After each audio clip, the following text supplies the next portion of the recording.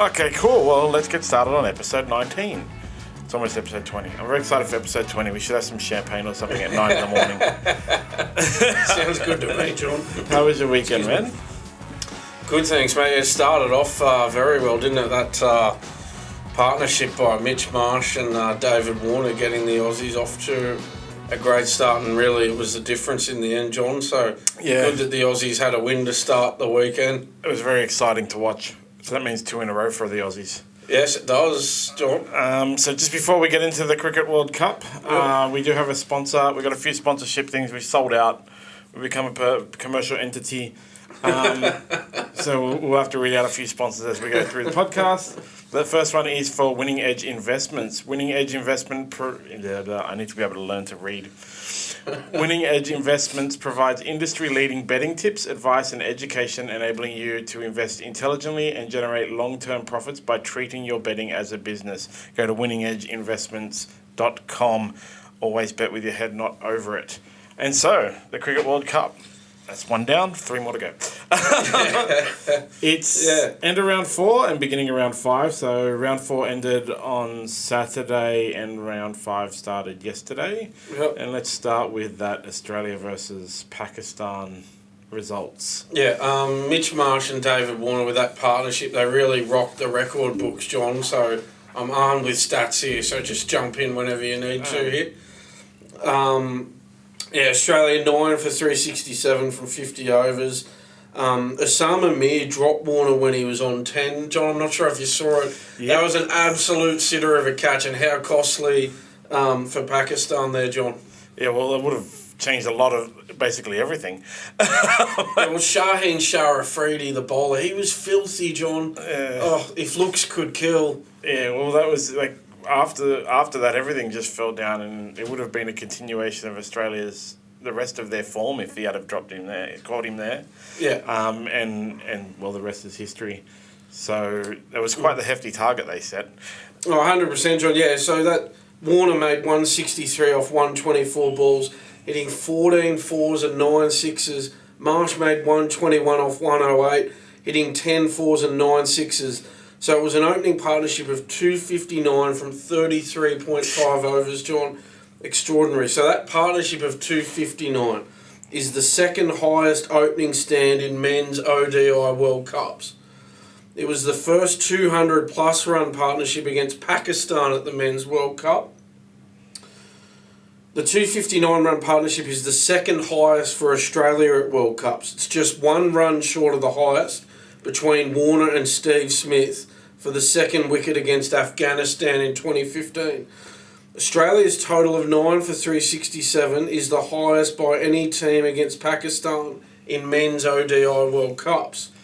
Oh, Pakistan. Sri Lanka's 9 for 344 earlier in this tournament in Hyderabad was the previous highest.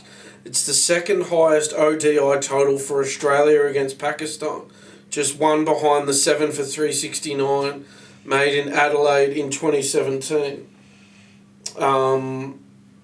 2 behind, sorry, I meant. Yeah. That's now 4 consecutive ODI hundreds for Warner against Pakistan, John. It's now 500s by Warner in ODI World Cups, the joint most for Australia alongside Ricky Ponting. Every Pakistan cricket player must have nightmares about David Warner. Yeah, absolutely, John. There was a record that I saw that now David Warner is involved in the top 5 best partnerships or something like that for Australia in cricket history. So he's now he wasn't... Because he did the second one now, he's got the second highest, and he bumped the 5th one out of the top 5, and now it's all David Warner. And that's that kind of shows exactly what David Warner's quality as a cricket player is. And he goes through these patches where he just doesn't play. That's the problem. He doesn't play very well. Yeah. And so everyone calls for his... I feel like we've been calling for David Warner's retirement since he was 22 years old, to be honest. It always seems to be one extreme or the other with him, doesn't it? He's either in red-hot form or he goes through a massive lean patch, doesn't he? Yeah. And then, Pakistan did come back a little bit. And so I was actually... I was reading the following day And so Pakistan got to 305 in the end, yeah, which I think is a little bit alarming, seeing as Australia set such a huge target. And you can't really say Pakistan almost ran it down because they were still 62 behind. Yeah, fair way behind. But still, 305 is quite a big target, but quite a big hit out for when it's Pakistan against Australia. Pakistan is definitely that coin flip of a team where they'll hit 305 and they'll get all out for 167 or whatever it was against India. I thought Warner and Marsh, I thought they batted really smartly as well, John. Like, a lot of the time, teams can fall into the trap of, if they've gone a long period of the innings without losing a wicket, that they can fall into the trap of just trying to hit a boundary from every ball because they figure, we got this many wickets in hand, we've got to just go all out for everything. Yeah. But that they didn't fall into that trap. They still showed the bowlers respect. They still respected the good balls from the bowlers. They waited for the bad balls and... Yeah, I thought it was just really intelligent. They were willing to, have the odd sort of quiet over to make sure they kept those wickets in hand. And then that allowed Australia to really go on an all-out assault towards the end of the innings there. That's what we were talking about, where they either, Steve Smith going too hard and the rest of the team going too, sort of the other way around. Stephen Smith going too conservatively and the rest of the team going too hard. And it looks like they have spent the last 4 weeks kind of learning the wicket, learning the competition and started to play more intelligently now. They got an easy match next. And so that means we'll get to the standings at the end of round 4 in a minute, but they're moving up the ladder. Yeah, they are. They've turned it around, definitely, John. It's funny, Pakistan waited 33.5 overs to take their first wicket, but they only needed one more ball to take their second, John, with your man, the Big Show, unfortunately, getting out first ball there. Steve Smith, John, out for just 7. That's just 72 runs in 4 innings for the tournament. Yeah, he's got to retire, man. Well, that's a bit of a worry, only averaging 18 for the tournament, John, Steve Smith there. Steve Smith's got to retire. It's time for him to retire. He's too old now. He can't bat anymore and so on. Like we said, Shaheen Shah Afridi, he was the best of the Pakistan bowlers, John, with 5 for 54 from 10 overs, but the damage was done with that opening partnership. So that's the thing. That's an example of the stats not telling the full story, John. Like, yeah, he took 5 wickets, but that was after the openers put on 259. So, damage was well and truly done, I think, John. They set a good target in the opening. Their opening 2, and then there was still eight batsmen to keep going. And it was really early. Like they hit so well so early. I think if they...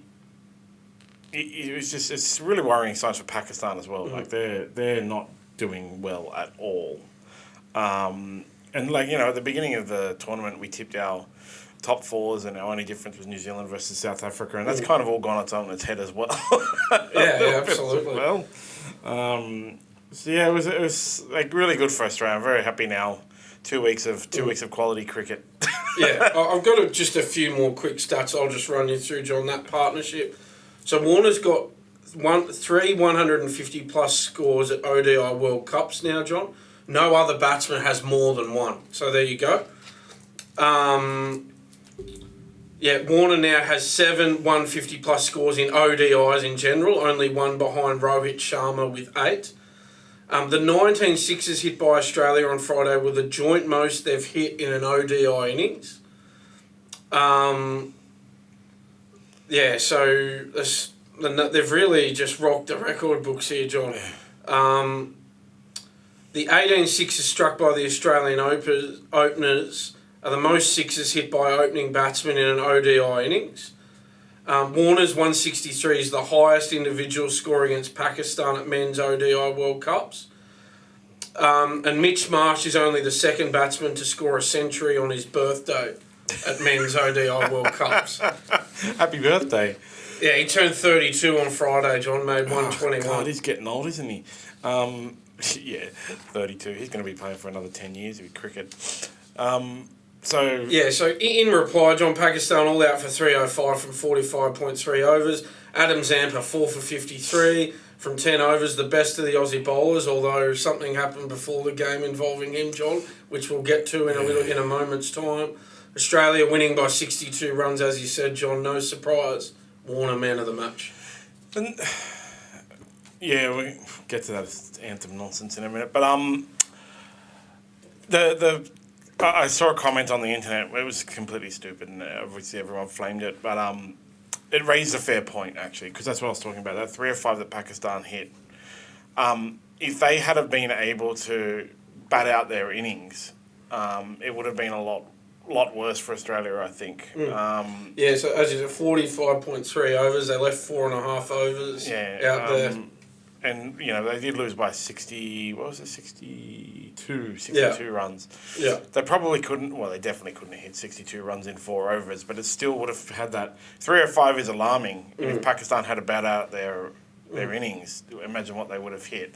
It would have been even worse. So I think... nothing wrong with Pakistan's batting at all. They just lost it with the ball. Just conceded too many runs with the ball. Given the outcomes of the other matches and the form of some of the other top teams, Australia's propensity to either get out really low or let the other team score a lot of runs is not going to... They're not really of the form of someone like India or New Zealand right now. But still, 5 more weeks to go till the top 4. Australia keeps improving, keeps getting better. I think they'll be in the top 4 now. Yeah, I mean, that game against the Netherlands, which we'll get to in a second as well. So, they're in, 2 wins, 2 losses. Surely they win that game, and that takes them to 3 wins, 2 losses. So it's a lot better picture than it was after they lost those first 2 games of the tournament. And then the next week they've got New Zealand, and that will be the actual... So they've got smashed by 2 of the top... For the form teams of the comp, smashed 2 of the other teams, 1 mid-team and 1 poor team. And we'll see how they go against. I think the New Zealand game will be actually telling. Because if they've found form and they're playing against one of the top teams again... and do well against New Zealand, then actually Australia is back on track. Beating up Pakistan and Sri Lanka and the Netherlands, Netherlands will give you confidence, but it doesn't necessarily show your form. It's the same with any competition, just because you can smash the bottom place teams doesn't mean you're in form. It just means you creep into the finals like the Knights did and stuff like that. Yeah. Long tournament though, and as you said, like the NRL, like the AFL, you don't want to be peaking too early, do you? You want to be peaking in the or you want to make the semi-finals, obviously, and provided you make it, you want to be peaking in the semis and the final. Yeah, well, that's it. You got to win. You got to win a bunch of games. It's a marathon, not a sprint. You got to win a bunch of games in a row, and it's always harder when your streak is longer. Like if India goes out and has to win 12 in a row, it doesn't sound as realistic as, say, Australia having to win 7 in a row, So long streaks are always there to be broken, and the more and more you win, in any team sport, the more and more any team wins, the more a little bit, trepidatious you get each time they go out there. So it is better to lose some in the middle generally just because it's like a nonsense stat. It doesn't, in theory, doesn't really have any effect on anything, but odds are eventually you'll lose. No one wins forever. So, longer streaks are not necessarily the best thing leading into final systems where you get knockouts. Yeah. Yeah, so... so I moved this anthem story up the rundown, John. I've got no idea what Adam Zampa's skin is in this game, but also the coach, Andrew McDonald. So Adam Zampa sang the national anthem... Back to the national anthem singing, right? We had it in the NRL, and now it's moved to cricket. Yeah. And it's only a story in cricket because it was in the Rugby League. But Adam Zampa sang and Andrew McDonald sang the national anthem over the first 2 rounds and have since stopped singing it. So for the last 2 rounds, they haven't sung it. Coincides with the voice referendum, I guess. Yes, it does. Very interesting. If you're going to make a political statement, though, you should actually say what your political statement is. I haven't seen any quotes from it. I haven't seen anybody ask, I guess. I don't know if news reporters are even in India right now. and it is, regardless of, we're not taking political positions here, John, but I mean, it is a yes or no answer in a democratic referendum, So, I mean, the people have spoken and, it's just... Yeah, it's just very strange timing, isn't it? It is, and like I really wonder what these two guys' skin in this game is. Like, what is it hasn't been as big a story as it was in the rugby league. Okay, because in the rugby league it's Indigenous players, yes. and then there's Latrell Mitchell. You know, so precisely. Whereas in cricket, it's I don't know if Adam Zampa has Indigenous heritage or Andrew McDonald for that matter, but. I think it's mainly because in the rugby league there is a much higher Indigenous representation, so it's a much bigger story. And like I said, if you're going to make a political statement, you actually also have to make the statement. You can't just do something and not say like why, what your message is, to leave people to puzzle it out. Yeah. I remember when Batman: The Dark Knight Rises came out, and it was the same time as Occupy Wall Street, and the one with Bane. Yeah. And everyone kept saying Christopher Nolan had made an Occupy Wall Street movie. And it was like a big thing. Like the Occupy Wall Street people were holding it up as like a dedication to them. And even Christopher Nolan, Christian Bale is behind them. And then Christopher Nolan said, no. If you just read like these specific comics like No Man's Land, Batman Nightfall, these were written in the 90s. And so his political statement ended because there was clarification around it. Yeah. I still know some people who have the conspiracy theory he was lying, but if you're going to make a political statement, you don't lie about the statement. Yeah, that's right. Whereas these guys have made their statement. They have clearly made their statement and made no actual statement. They've done their action. They haven't said why or how. It's just makes it stupid. And then you get like Matt Rogers has come out. I don't know if he's trying to stay relevant. He said, you know, I didn't always sing it when I played for Australia, but I always took heaps of pride in the jersey. And that's exactly what we were talking about last week. Like, the organising body needs to make a stand. Like, you either sing it or you don't, but as long as you give 100% when you go out there. And Adam Zampa clearly is. It's one of the form players for Australia right now. I think if you're a PR person, John, at the moment with the Australian cricket team or the Australian rugby league team, you're really saying to your players, look, guys, just sing the anthem. Like, we don't want to have to deal with this PR nightmare every time you're seen on camera not singing the anthem. So just sing it, guys, so we don't have to deal with this every time we're singing the anthem. Just sing it and then go out and make your statements to the press later. I think it's like it's just such a it's causing a distraction. It's a distraction that they don't need. It's a story that doesn't need to be had. And like I said, protests in which you do a protest, do an action, and then don't make the statement afterwards are actually redundant. People will read into it. Like, you know, it just coincides with the voice referendum. I don't know. I don't know. Yeah. We're just getting... Adam Zampa could come out and go, you know what, I was just faking the first 2 rounds. I don't know the words. We're like, and then it'll be like Christopher Nolan, you know? Like, there is no protest. I just don't know the words, bro. No, interesting you mentioned that about the timing after the voice referendum, that this has happened all of a sudden. Very interesting, John. Yeah. And again, I thought the whole purpose of a referendum was that people have a choice and can make whatever choice they want and shouldn't be guilted by what choice they make. But anyway, so it's going to keep going. I'm sure John. Next week we'll have it again. If Australia was still in the Rugby World Cup, there would be the same kind of thing, and that you can bring change the social media picture to support whatever you want and not sing the anthem for whatever you want. But again, like, make the statement. I just want them to make the statement. I understand why the Indigenous guys in the Australian Rugby League competition are not singing the anthem, because Latrell Mitchell will tell me. Isn't it great that he's so enlightening, John, and he can provide you with that explanation? Isn't that lovely? I really wonder if he knows who, like, if he watches cricket, knows who Adam Zampa is, because he hasn't said anything yet. That's probably the only reason why, John. He probably doesn't know who Don't worry, is. Matt Rogers is involved now. Like, oh my God, trying to stay relevant or what? I don't know what that guy's doing now, but I liked him as a player, but come on, man. Why are you commenting? Just zip it. But then there was India and Bangladesh, which was actually before the Australia-Pakistan. So we decided to open every week with Australia-Pakistan, Australia, because that's who everyone. Yeah, I think we'll start off with an Australian rap. At India and Bangladesh, they both sang the anthem. Yes, they did, John. And Bangladesh made 8 for 256 from 50 overs. They got to their 50 overs at least. Yeah, Lytton Das made 66, John. In reply, India had no issue with that target. 3 for 261 from 41.3 overs. Virat Kohli 103 not out.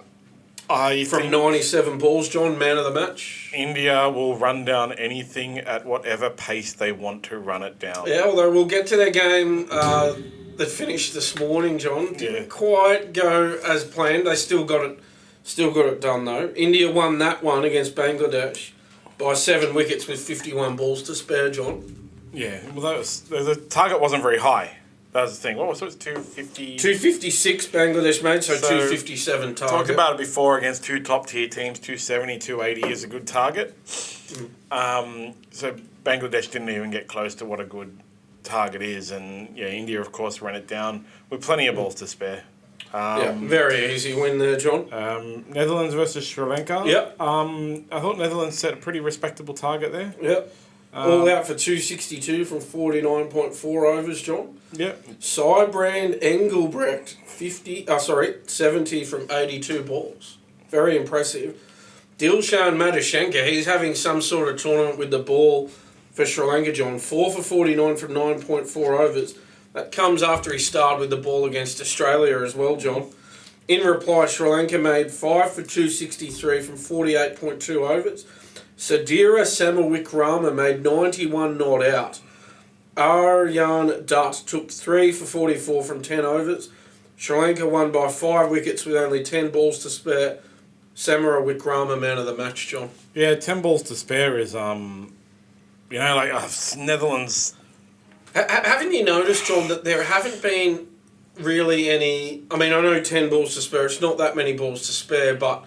There haven't been any real absolute thrillers in this tournament, have there? Real down to the last over, on a knife's edge, right? See, 10 balls to spare sounds like so little, but it's actually it's actually a lot. Yeah, it's not. Yeah, and you get the feeling like if Netherlands had have just been able to, 49.4 overs, they were all out with 2 balls to go. If they had been able to get that 275 possibly, then this match would have been a lot more thrilling and exciting. But unfortunately, it was that slightly low target. Good effort by the Netherlands, though. Yeah, exactly. Again, they haven't lost a single game. They've been very respectable in this tournament. And Sri Lanka finally got their win. Yes. So England versus South Africa was something else. South Africa really put the boot into England, John. 7 for 399 from their 50 overs. Huge total. But everyone expected it to be a lot closer than it was, and it just wasn't. Heinrich Klaassen made 109 from 67 balls, John. What a knock. In reply, England rolled for just 170 in 22 overs. Yeah. Did they think it was a 2020 game, John? That's. It looks like they just completely bazballed it and just went all out for it. All out after 22 overs. That didn't work, though, obviously. They like to use bazball as a bit of an excuse for everything, England. But when it doesn't work, they have to take the heat for it. And it didn't work in this game, John. No, not by a long shot. England will whinge and make excuses about everything. Yeah. It's to be expected. Even when they win. Gerald Coates, took 3 for 35 from 4 overs. Klaassen was man of the match. South Africa won by 229 runs. That's a really good hit back after that shock loss to the Netherlands, John. Yeah, so that was a hiccup for South Africa, but it wasn't a hiccup for England. So that drops England to 3 losses from 4 matches and puts them very low on the ladder. It's good news for Australia, who have a game against England coming up. I think it's good that England have seem to have lost confidence and form, John. This isn't the team that came in. They were in form coming in. Their batting was on fire, and now they're just really getting smashed. Seem to be struggling with the Indian conditions, John. Yeah. It's probably too hot for them. I don't know how hot it is. And just the pitches, the difference in, the English pitches are just so different to the Indian pitches, John. Yeah, I can't. If England don't improve very quickly, well, they've lost 3 out of 4. They need to win all of the rest of theirs. Yeah, so you have to win. Yeah, so I'll get to that when we get to the standings, John. I've got a bit of info on what we're sort of what teams are sort of looking at as a target. So India versus New Zealand was last night. Finished this morning, and New Zealand set a target of 273, which against 2 top tier teams. 2 good teams, 270, 280 is a good target. Yep. And then India ran it down. Daryl Mitchell made 130 for New Zealand, John. And Rashin Ravindra, he's having a good tournament too, made 75. Mohammad Shami took 5 for 54 from 10 overs. Yeah, like you said, John, India 6 for 274 from 48 overs. Virat Kohli 95 from 104 balls. India won by 4 wickets with 12 balls to spare. It's the first time that India haven't won with a huge amount of overs to spare. Yeah. Only 2 overs this time, John. It's the first time you could sort of remotely criticise India's performance in this tournament. This is the thing, okay? That's what you expect from 2 teams who were first and second, I would say. That's true, yeah. Like, it's 1 and 2. It wasn't thrilling, but it was close. And I'm just going to refer back to what we were talking about before this match, where we said New Zealand should do whatever they can to bowl first. So India has not batted first yet in this whole tournament. They've done 5 matches. Yeah. So halfway through the tournament, India has not had to set the target for the opposing team to run down. John, I'm pretty sure, I'm not 100% sure, I'm pretty sure India won the toss and bowled in this one. I'm pretty sure they won the toss. I think they have I think they have the confidence that they can really run down any target. Yeah. And I really want to see what happens. So you want the other team to win the toss and bowl first and make India set the pace? Exactly. Yeah. I really want 100%. to see what happens. Again, it's 5 games. Them and New Zealand are the only teams that played 5 games. Yeah. And they're the only team that hasn't done both. They're only bowling first. Yeah, well, I mean, they would want, you're looking at it from their point of view here, John. I think they would want to have a go at batting first, surely before the round robin games. Yeah. Because that you wouldn't want to go all your round robin games bowling first, then all of a sudden in a semi or a final, you're a fish out of water, and all of a sudden you're batting first, especially considering their very poor record in knockout games as well, John. Exactly. They can run. They can clearly. Doesn't matter who the opposition is. Doesn't matter what target the opposition sets in this tournament. India will run it down. With balls to spare. Yes, only 12, but still, like we just discussed, that's not that thrilling. Like, that's not last over. That's still... Yeah, it's still... It sounds like not a lot, but it is a lot, basically. And so, we'll have to see what happens over the next couple of weeks with India, because, if they manage to pull this off where they go all first 9 games, not batting first, and then have to enter the semis and their first match is batting first, I think you'll see something very different, because they'll have spent 6 weeks with a very different game plan. So, it's just a weird thing. I really want to see. Somebody has to win the toss. Maybe their coins are rigged. I wouldn't be surprised at all to see them, if they win the toss in these last few games, to bat first, because they need a run batting first going into the semis and the final. So standings at the end of round 4, which obviously before that India-New Zealand game, was New Zealand and then India. New Zealand was ahead on net run rate with 4 from 4. South Africa, Australia, then Pakistan with 2 wins from 4. And then sitting at the bottom, it went Bangladesh, Netherlands, Sri Lanka, England, Afghanistan. Yeah. Very happy to see Netherlands sitting higher than a few teams there. Yeah. Feel good story. So John, in the 2019 World Cup, under the same format, so you play against everybody, 10 teams, 9 games each, New Zealand managed to come forth with 5 wins, 3 losses, and 1 no result. They finished on 11 competition points and went through ahead of Pakistan, who had the same points but had a worse net run rate. But the other 3 teams that made the semis all had 6 wins or more. So 5 could possibly get you in, but 6, you need 6 to guarantee it. The five would, a lot of that no result would have come into play there. Yeah, exactly, the no result. So it wasn't just 5 wins, it was 5 and a point for a no result as well. Like a draw, basically. Yeah, I think 6 wins is going to be it. And, with England currently sitting 1 win from 4 matches and only 5 matches to go, they have to win all 5 now. Yeah, I don't think they can. It's hard to see there being a spot for England in the top 4 of the I don't think they can. They still have to play India, right? I think that if we're looking at what the top 4 might be at this stage, off the top of my head, you're going India number 1 at the moment. And then in no particular order, the other 3 are probably going to be New Zealand, Australia, South Africa, John. At this stage, I can't see there being a spot for in India for England. England plays India on Sunday, 29th of October. Yeah, so they haven't played yet. Yeah. So they have played New Zealand and South Africa. So that clears out 2 of the top teams. They still have to play Australia. If they play India, then Australia.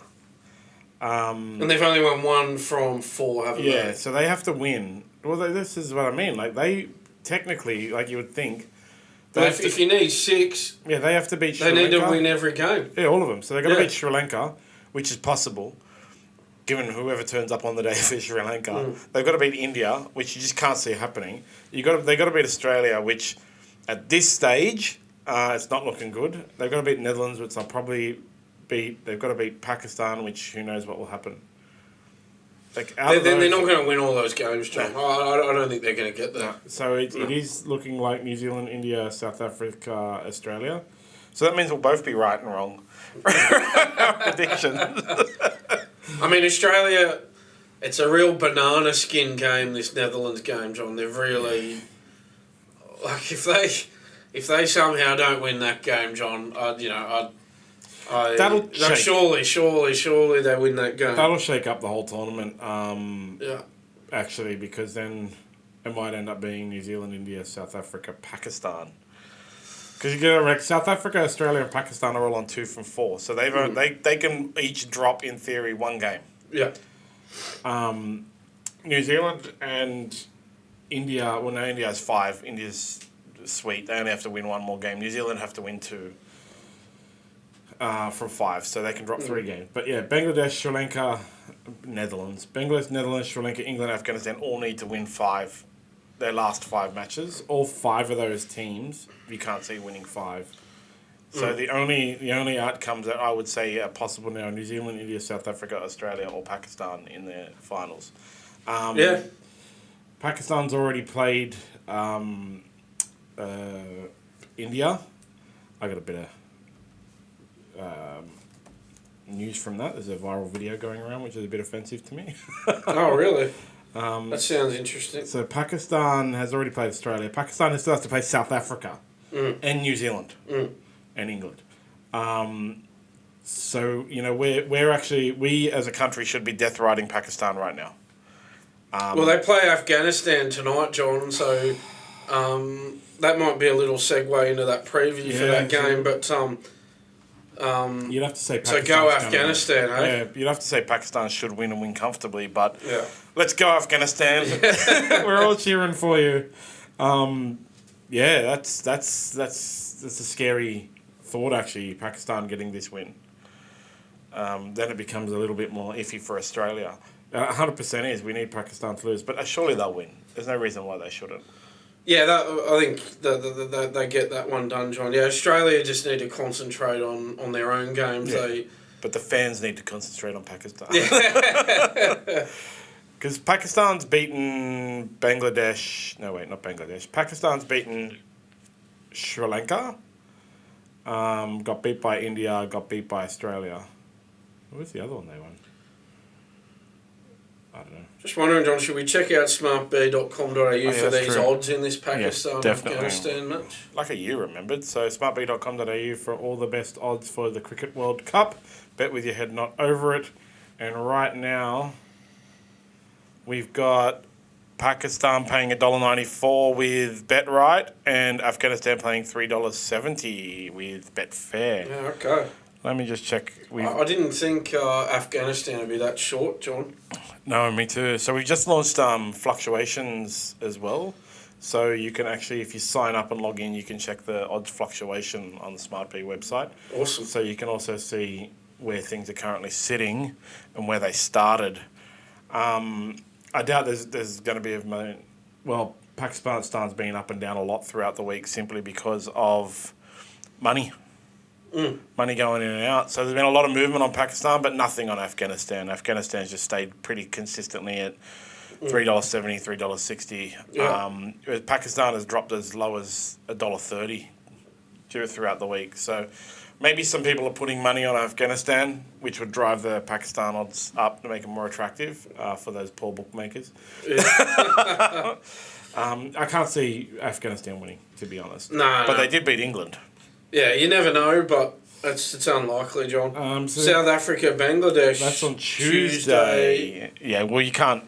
There's no chance South Africa's going to lose. They're currently paying $1.28, and they did at one point throughout the period get to $1.95, but then money came back in and fixed all that for you, so it's back down to $1.28. Just can't work out how the Netherlands beat them, but anyway. I think it was just an off day. Yeah, and so Bangladesh currently paying $5 with BetRight. So BetRight seems to be the best odds for cricket every time as well.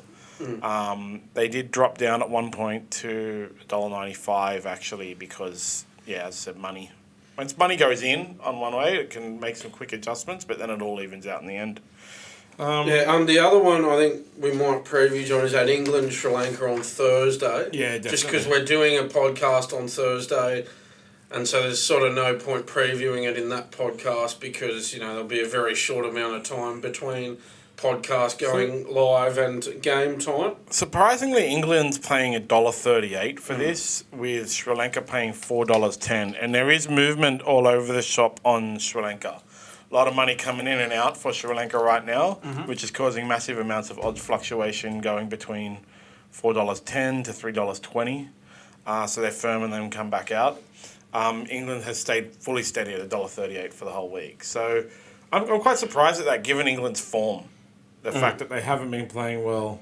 What was so Sri Lanka is sitting on the same amount of wins as them. Sri Lanka has only beat, I think it was they beat Netherlands or Afghanistan? I think they beat the Netherlands. Yeah, they beat the Netherlands, just the other day, John. I mean, in theory, you'd have to say that England's going to win.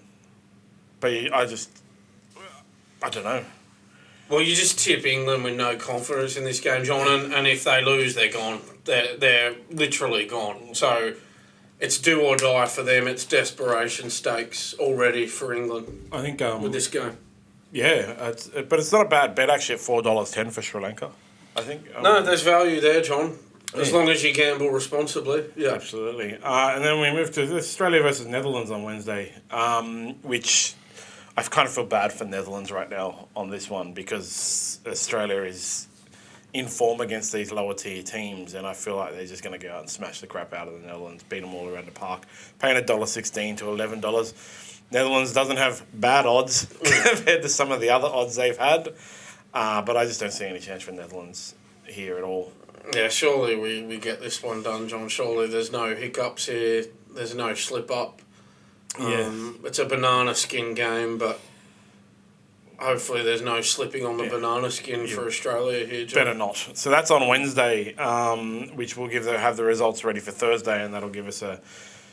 Because they have to win it. Let's hope it's as straightforward. Australia had a comfortable win over the Netherlands. They have to win, and they have to win comfortably before they move into New Zealand on... I think New Zealand is Saturday. That's the thing, and again, you'd have to say, if Australia... And I hate to bring it up, John, and I know the odds are overwhelmingly saying that this is not going to happen.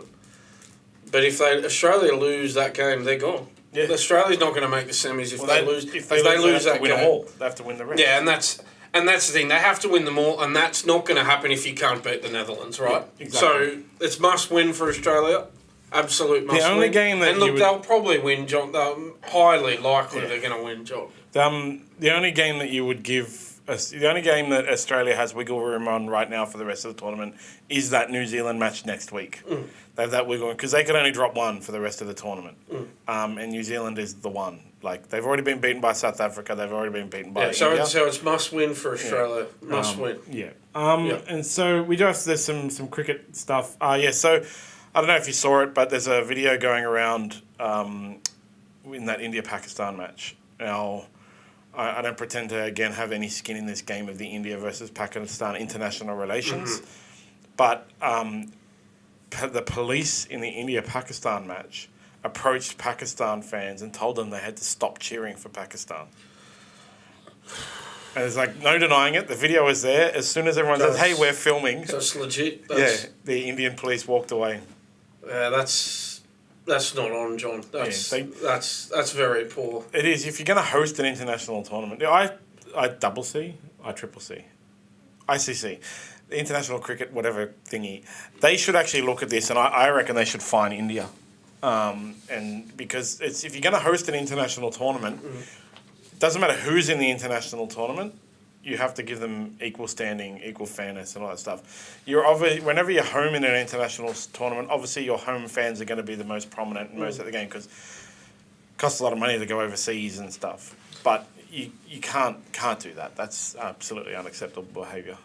I was going to get to this in our other news, John, but now that you've brought it up, I think it's probably more relevant to bring it up now. So there's a lot of problems with India's organisation of this event, John. They've stopped fans from bringing water, food or sunscreen into stadiums, if you can believe that. This is despite temperatures getting as high as 34 degrees at games. The schedule for this event was changed multiple times and not finalised until a month before the tournament. That, of course, caused havoc with people trying to organise buying tickets for games. Yeah. When you don't even know what the games are, how can you buy tickets? That's contributed to the poor attendances at these games. And that's a conspiracy theory that was specific. They have the conspiracy theory that a lot of that was specifically targeted against Pakistan. So the Pakistan fans couldn't arrive. I know I've mentioned it before, there's lots of issues with people getting visas. Yeah, and at Australia's game against Sri Lanka, John, scaffolding and advertising fell off the stands in Lucknow and the strong winds caused a real safety risk for the spectators. A lot of the seats aren't in the shade, John. People need water and sunscreen, John. What's going on here? Honestly. They're confiscating sprays, sanitisers, gels. People couldn't even buy sunscreen at the ground, John. Well, if you're going to ban sunscreen from being brought in, you have to sell it. Yeah, and fans said they were asked to show their tickets 6 times after they'd already entered the ground. Do you remember John, this just is not reflecting well on India at all. Remember the Soccer Qatar World Cup was meant to be the worst organised, never going to happen, everything? We didn't get a peep out of it during. Well, this is far worse at this stage. India is a cricket nation that they've hosted it before. The World Cup before. Yeah. This is absolutely 2011 terrible. They hosted it. Yeah. Not that long ago, right? No. So the organisation's been terrible. There's like a clear Indian bias in things like the visa issues and tickets and things like that. They're doctoring the pitches to suit India as well. Allegedly.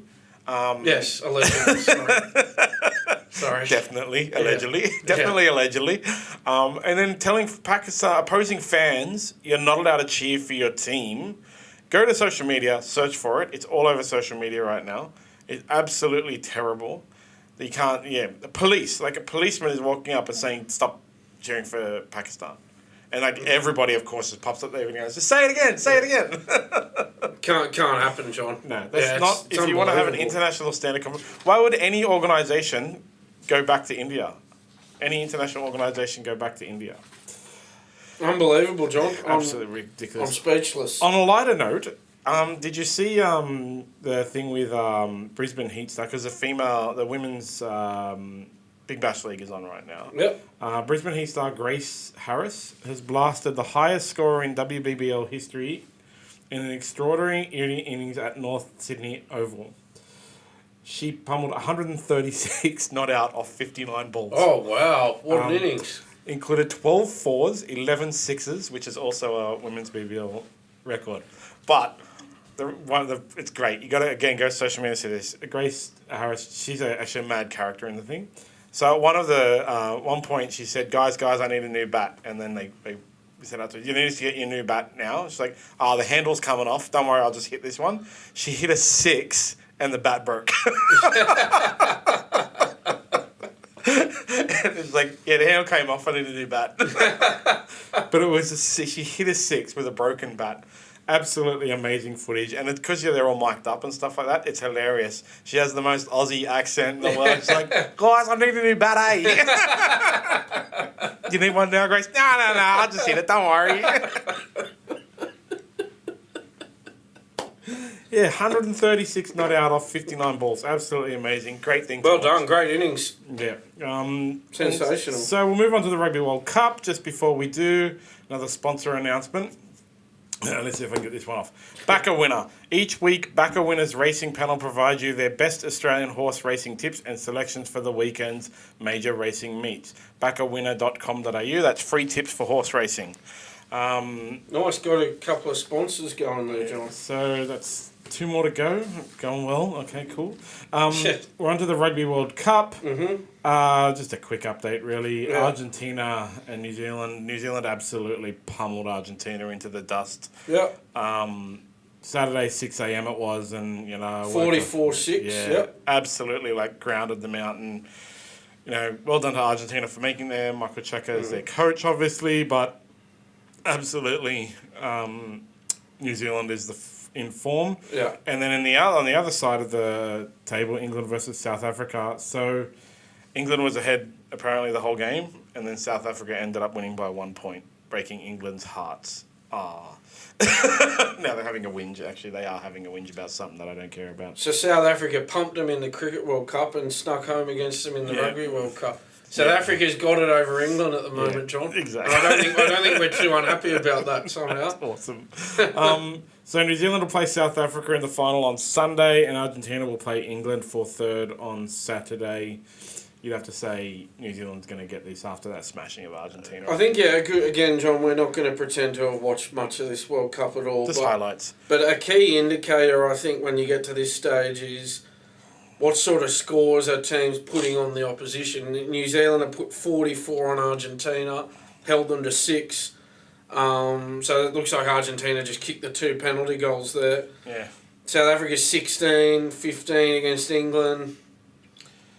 We'll get into maybe a bit more detail on Thursday, John, but it's hard to go past the All Blacks. South Africa was also losing the whole match and then just pipped it in the last 5 minutes kind of thing. So I think the All Blacks, I'm not sure if we got odds up on SmartB yet, John, but you'd have to think the All Blacks would be favourite for that final. But as I say, we might have a bit more of a close look at that one on Thursday. Yeah, we'll have odds later in the week, I think. So, Rugby League Pacific Championships. Now, I have to admit, I didn't watch any matches. Saturday, I was busy at an event. Sunday, I slept off the event. I'll be honest, John, I watched the minis. I watched the 20-minute minis on Fox. So, I was watching while I was at the casino and while I was waiting for my event to start, I was watching the Kiwis versus Samoa on the big screen. That was not a good showing by Samoa. Well, this is it, John. Jermaine Osako, Ronaldo Mulitalo scored 2 tries each for the Kiwis. So 22 points for the game for Osako with 7 goals as well. But what a season he's having, John. His great season continues on the international stage. Top try scorer, top point scorer in the NRL this year as well for the Dolphins. And it looks like he's going to be the top try scorer and top point scorer for this competition. Yeah, so Jermaine Osako couldn't have done much more in 2023, John. So Kieran Foran started the game at hooker in a late change here, John. Manu Brown was moved back to the bench. Joey Manu, I don't know if you saw it, John, he finished the game in jersey 20 after having his number 4 jersey torn heavily in a first half tackle. The 50-point win is New Zealand's biggest over Samoa. After we look at that next game, that Fiji-Cook Islands game, I've got a bit more to say about this tournament, John. So, after the match, obviously, I watched the press conference. I watched the highlights of the press conference. I watched the press conference yesterday. Ben Gardner, who's a Samoa coach, he brought up the fact that this is not reflective of Samoa, and he feels like it comes down to both of their losses, really, and their drop in form since last year's World Cup is the lack of internationals available for the those teams. They used to have the mid-season test, Australia versus New Zealand. And then what they were building up to pre-COVID was on that mid-season test weekend, they would have a lot of other test matches. And they haven't brought that back. So Ben Gardner is saying they should actually bring that back. And after we finish this breakdown, I'll actually want to discuss that a little further. Yeah, I've got more to say about that too, John. So Fiji versus Cook Islands, that came down to the wire. I watched the 20-minute mini thingy on that one, the highlights on that. Cook Islands were at least always in it. So closer than we would have thought that game. So well done to the Cook Islands for taking Fiji all the way They scored first. Fiji hit back. Cook Islands went back ahead. Fiji hit back. Cook Islands led 18-16 with 6 to go, and then Sunia Taruva scored that winning try. So that was kind of it, like Cook Islands. And one of the things about this match that I like the Isan Masters, who used to play in the NRL, doesn't anymore. He said he wants to use this as a launching board to get back into the NRL, and that's what he played very well. From what I understand and what I saw in the highlights. So that's actually what this is good for, getting these players that are, weren't really on the radar. It shows them they can perform at an international level. Don't know if you saw, John, but Fiji fullback and West Tigers rookie Jareem Buller had a great test debut in this game.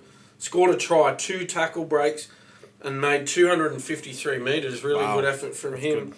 So as I said in our preview for this game in our last podcast, John, these teams last met in 2009 in Port Moresby. So Cook Islands forward Zane Tetavano, John, he's the only player to have played in that game in 2009 and in this game. So there you go. He's been around for a while, Zane Tetavano. Yeah, that's nice. So in the women's, the Kiwi Ferns, they kind of beat up Samoa, to be honest. Tonga, sorry. That was 28-10.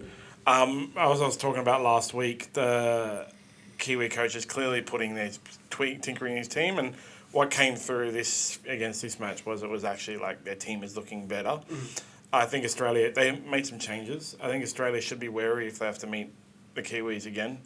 Abigail Roach scored a hat-trick for New Zealand. She's one of the New Zealand grand final heroes as well. So, Newcastle grand final heroes as well. So New Zealand is putting the New Zealand girls are putting their team together well. And I think if Australia and them meet again, it's going to be another cracking match. PNG Orchids and Cook Island Moana was the same. It was very close, 28-20. Not a bad match from the highlights. Yeah, not a bad match from the highlights. Again, unfortunately, I didn't watch.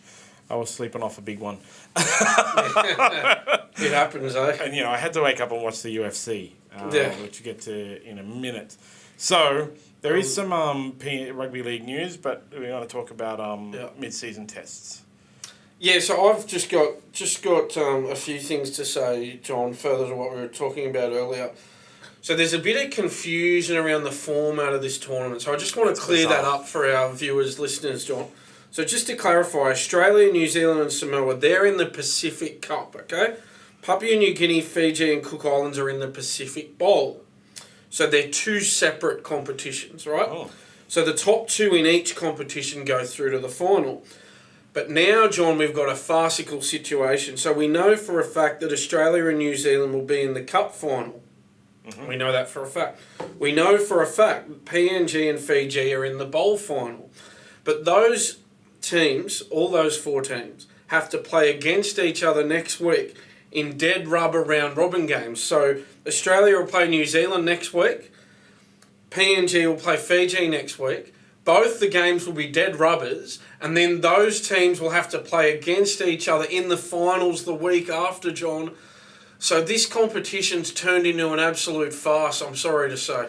No, I don't think it should ever have run like this. I don't know how they came up with it. It was like they must have been drunk, rolled some dice, and it was, it's just a lot of problems with it, John. It's a stupid competition, and that's one of the issues with the internationals, right? So I like the idea of a rep weekend in rugby league, mid-season rep weekend in the NRL, where there are no matches, club matches, and they can have basically every international team they can put together from the NRL. So that didn't happen this year, did it? Because all the origins were on Wednesday night. Yeah. So And I think it was because that the 17th team came in and every team, has a bye every week. So I think that was, partly the reason why that weekend couldn't happen. I also like the idea, though, of State of Origin, every team having a bye and them having some other rep teams in there. Like they could bring back the city. So you have the State of Origin thing. You could bring back city country, and then you could have ages ago, because enough New Zealand Queenslanders now. They could have North Queensland versus South Queensland as another rep team. England used to, I don't know if they still do, they used to do a thing that was England versus the Barbarians. And the Barbarians, I loved it. I love the fact they call it Barbarians. Was all players from the Super League that were from international squads. So it had NRL, Australians and Kiwis and stuff like that to play against the English team. And that's another one they could do, where they could do you come up with anything, basically. Like anything. It doesn't matter. And they can put together those 8 games, to be honest. Like, they could put together those 8 games. And it's the same for the internationals. From the amount of players in Australia and in the Queensland Cup and stuff like that, they could put together 8 internationals in the middle of the season to give these Samoa, Cook Islands, all that kind of thing, more internationals. Especially because rugby league, more than anyone else, is now a 2-horse race internationally and in the World Cup, all right? Said last week, England is no longer a Tier 1 team. Yes, Tonga beat Australia once, and yes, Tonga did make it to the finals, and Samoa made it to the finals. Again, that came down to luck of the draw, points, ranking, all this other nonsense. In reality, there's only Australia and New Zealand, and it does come down to, a lot comes down to availability of representation for those rep teams. You look at, back to the Anthem Furor, right? If you go and watch that Samoa Kiwis match, just the opening, even if you're not interested, if you're not a rugby league fan, go watch the pre-game with the haka. I don't know what the Samoa war dance is called. They have a haka as well. Yeah. It's very impressive. The anthems, they really want to play for their countries, right? And Mount Meninga talked about the eligibility rules, which we've touched on too, and you don't get picked for your main country, the Tier 1, so you can go play for Tier 2. A lot of those Samoan guys, they won't go for New Zealand, but if Samoa doesn't get to play a lot, they will go for New Zealand, because then it does come about the money. They're not as passionate about playing for New Zealand as they would be about Samoa, but you're going to get 15 grand or whatever to play. So you'll play. Well, so Samoa shouldn't have been put with Australia and New Zealand in this competition, John. They had a 26-point loss to Australia, then a 50-point loss to New Zealand, John. The officials just got too carried away with them making that Rugby League World Cup final last year. As we've said, Australia were on the same side of the draw as New Zealand with that quirk in the rankings. They played each other in the semis. Samoa got lucky and played England in the other semi, made the final. They've gotten too carried away with that, John, and now we've had a farcical competition this year. Yeah, Tonga is overplaying in England right now as well. So actually, even then, there's a lot of internationals going on. So you have... that's the thing, and we'll get to that in a little bit, John, but they had a close game with England. They pushed England all the way in that game. So maybe Samoa should have been with those two teams in a tri-series. That's because when it gets right down to it, like I keep saying, England is no longer a Tier 1 team. They only retain their Tier 1 team title because it would be absolutely ridiculous if there was only 2 Tier 1 teams in the world. Right now they have 4. But England, since they stopped being England, Ireland, Scotland, and Wales, and now England, and you have Ireland and Scotland and Wales and stuff like that, trying to compete for the World Cup, have just gone downhill. I think England, when we used to have the Tri-Nations, right? England won one of the Tri-Nations at least. I was at a match where England beat Australia. Great Britain or whatever it was called at that time. I don't know the difference. I will be fully honest, I don't understand the difference. I know one of them is England, Ireland, Scotland and Wales, right? And so the international game is broken because if you chuck New Zealand and Australia into any of these silly tournaments, it just highlights how vast the gap is. And unless these lower tier 2 nations get more tests, they're never going to actually grow. And it's got to not be tests against Australia and New Zealand. Well, this is the thing, John. So, England and Tonga, we will get to the result of that shortly, but they're playing a 3-test series at the moment. Australia and New Zealand should be doing the same thing, John. Yeah, I think so. Rather than having a tri-series with Samoa, it should be a 3-test series, Australia and New Zealand. Play 2 of the 3 in New Zealand. I'm happy. I'm fine with that. And, Fiji, Cook Islands and PNG can have a tri-series. Like a Tri-Nations, Samoa, Tonga, England can have a Tri-Nations. The change should have been Samoa should have gone in a tri-series with England and Tonga over in England. Australia and New Zealand should have played a 3-test series. And then, Cook Islands, they pushed Fiji, didn't they? So I think they're worthy of that 3rd spot in the bowl with Fiji and PNG. And you've got to remember against PNG, they lost their number 7, who is still out, in the opening minutes. Yeah. And then they lost another player later, and that was actually their downfall. Right now, Cook Islands have a really makeshift half combination with one of them, I think it's Isan Masters in the halves. And I know Samoa is the same. Samoa has a makeshift half combination with Stephen Crichton in the halves. And that goes to depth of internationals as well. They lost Jerome Luai, and they had no one, so they put one of the best centres in the world in their halves. And yes, there are players who have successfully moved from centre to 5'8" and stuff, but not overnight into an international against Australia and New Zealand. Matt Rogers played 5'8" for the Titans when he was at the Titans. He Very topical, that one, John. Got to keep him relevant, man. Trying to help a brother out.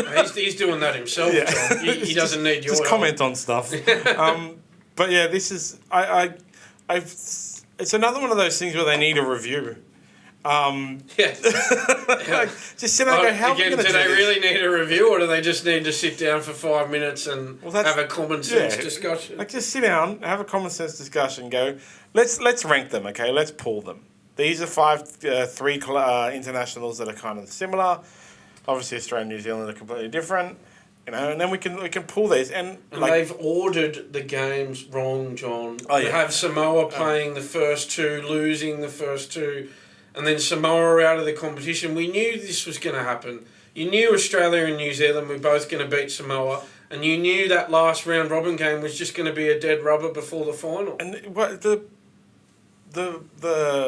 breaks in the games as well, like with the break, whereas like Australia played and New Zealand didn't play one week, and now Australia didn't play this week, and it's hard to keep people interested as well.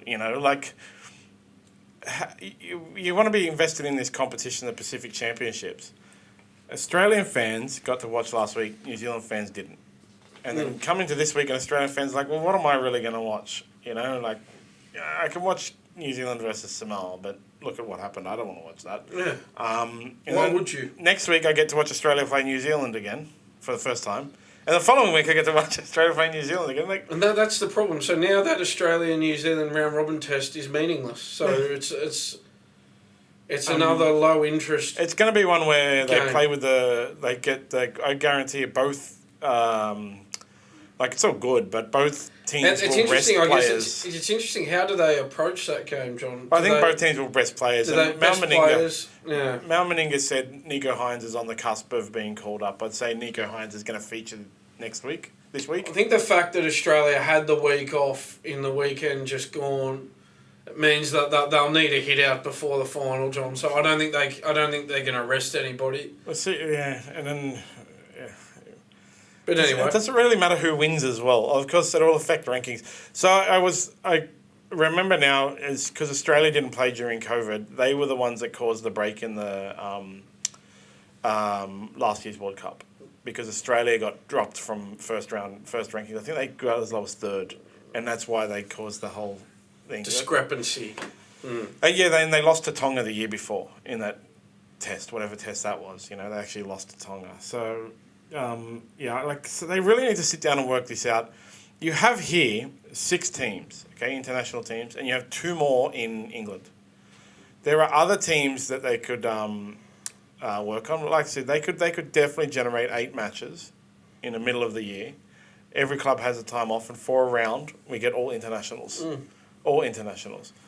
And then later on during State of Origin, again, everyone gets time because you can generate these other countries. Samoa and Tonga could play again. You know? PNG and Cook Islands could play again while Origin is on. As openers, as like, you know, just put Origin back to Sunday night or Friday night, whatever. I don't know what day. It's on Wednesday now, right? Wednesday, yeah. It's quite frustrating because, you know, you have to go to work the next day. It used to be Friday, right? I can't remember. Maybe Sunday. No, I think it was. There was a period there where they went for Sunday night. It was only on a Sunday. Yeah. And then for a while they were doing 2 on a Wednesday, 1 on a Sunday. That was till recently, but this year it was all Wednesday. So yeah, exactly. They could have a weekend, a rep weekend. They bring back City Country. Do North Queensland versus South Queensland. They can even do things like New Zealand, South Island versus North Island, which I've heard before in the media. They can definitely put together 8. They can definitely put together 8 games from internationals, and they can definitely put together 8 State of Origin style matches. And then it would give all of these teams and all of these players more representative experience, which would only grow and prevent things like 50-0 smashings. Speaking of New Zealand, John, we got breaking news there. Andrew Webster signed on until the end of 2028 as Warriors coach. So there you go. There you go. Well, that's good. Dalian Coach of the Year, Andrew Webster. Most improved coach of the year. Yeah, most improved coach of the year. That's so, just now, 23 minutes ago. Yeah. I just saw yes, that. Breaking news. Yeah, well done. We're on the button with that one, John. So some other news that's come out. That PNG team in 2025. Yeah. So that's most likely looking as if it's happening. And I've read this, it's so funny. Well, kind of sad as well. But Dominic Perrottet, who was our previous premier, promised $11 million in funding to help the Bears get into the NRL. $11 million in funding. Now, we all know Liberals' sports scale. It's okay. So I can't believe he continued this. But our latest premier is Chris Minns. He revoked it. And now the federal government is going to help fund the PNG team. So you would have to say... Which is also a Labor government, yeah. You would have to say that PNG is going to win the entry for 2025. The idea is they'll be located in Cairns. I don't know where Cairns is, to be honest. I'm terrible with geography. It's, North Queensland. North of... I think it's north of Townsville, John. It's in North Queensland. Further north than North Queensland? Yeah, north of Townsville, I'm pretty sure. Not only about an hour from Port Douglas, actually, John. Nice holiday spot up there. And then most games will be played in Port Moresby for their home games. I don't have a problem with this. I like it. I like it a lot. They need to change the name of the NRL, though. Yeah, I love it, John. They're looking in the right spot. They really are. Regardless of the political involvement in this, just looking at it, just sort of looking at it for what it is.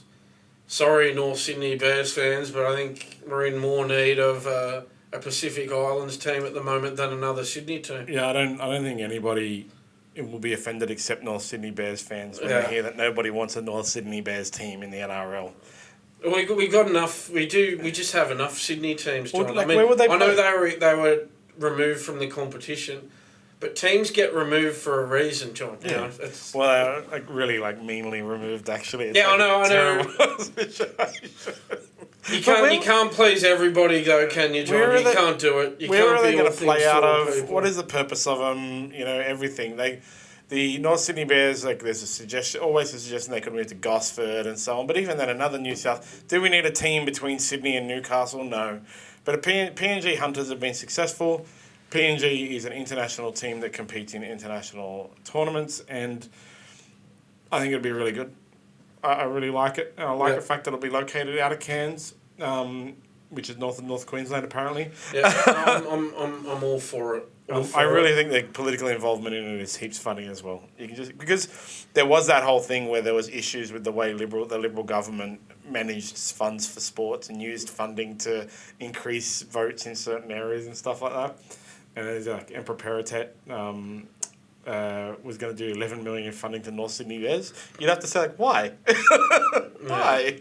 But then the federal government, Chris Minns just revoked it and isn't giving money to anyone instead. But the federal government's stepped in and said they'll give 7 million or something to get a PNG team in the NRL. But honestly, the NRL has to change their name. I don't really want to get too involved in the politics of it, John, but to me it sort of looks like Minns might be doing the work of Albanese. Yeah. They're pulling that funding, and Albanese wants the PNG team in. It's no longer, if they put PNG in, it definitely is no longer the NRL. Because that's the thing, how long is it going to take for a 19th, 20th team? On the 18th team, if it is PNG, there's not going to be any more expansion after that for a while. No, it'll be 2025 and we'll sit at 18 for a while. Yeah. So it's all about this 18th team. They need an Albanese wants PNG, and I think Minns is towing the line with that job. They don't. We need 18 teams so we don't have to have a single team bye every week. It's better to have even. Yeah, and the other thing it does, John, is it makes another game each weekend, which will boost the value of the TV deal. 100%. Having that 9th game. So they need it. And you got to also remember they can't just chuck teams in because there is a matter of players. Like the Dolphins was well publicised how difficult it was to recruit players, not because they didn't have the pool, but because no one wanted to go there for some reason. But there's 70. So it was 400. I've got to do the calculations. 30 players in the top squad, 30 times. I'm not good at math either, okay? So 510 players across 17 teams. You add in another 30 to that. Plus, there's a whole lot of chatter, which a lot of clubs, or Queensland Rugby League, Ben Ikin is the head of Queensland Rugby League, doesn't agree with. The NRL is looking to, in the near future, force the additional team across the board for all clubs to have a Premier League.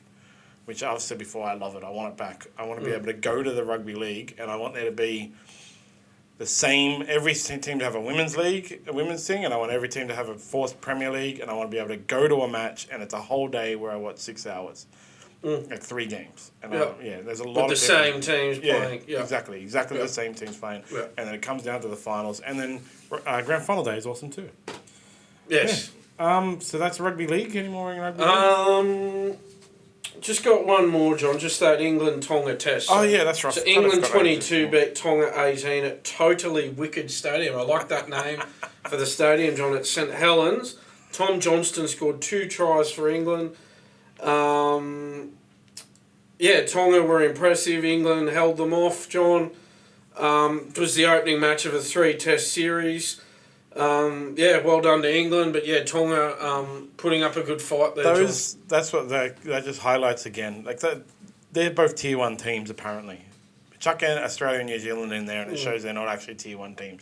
I feel like they just have the Tier 1 team label, just so as Australian Rugby League in general isn't a joke.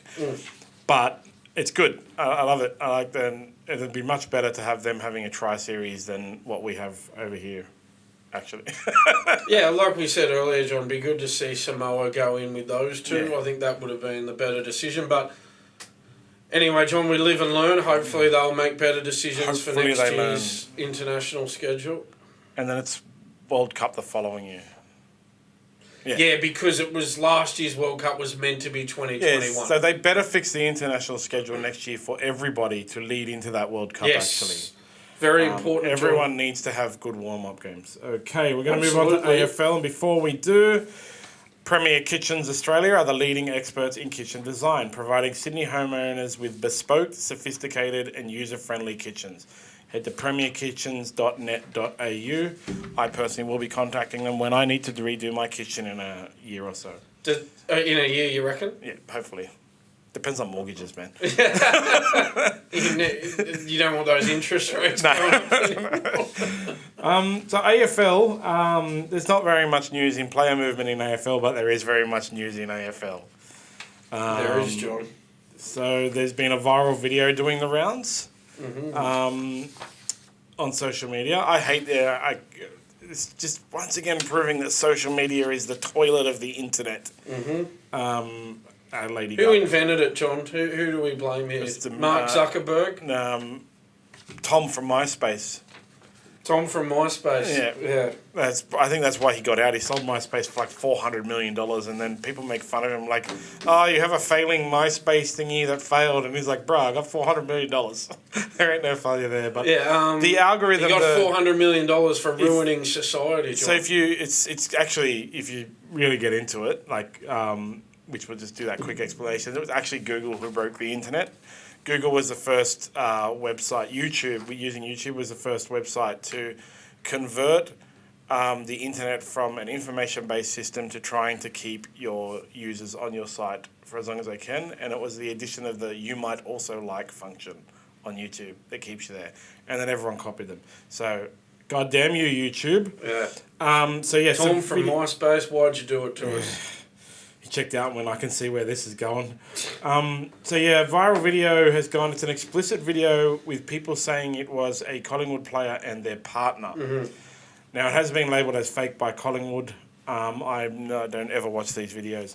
This happened in the Rugby League a few years ago with Mark Guy's daughter, in which scumbags on Facebook page posted some sex video saying it was MG's daughter, and it wasn't, because, they're just scumbags. MG actually successfully ended up he sued them, successfully ended up getting Facebook to reveal the person behind that popular Facebook page, and the Facebook page was shut down.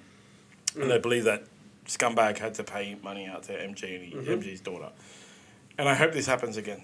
The people who do these things are scumbags.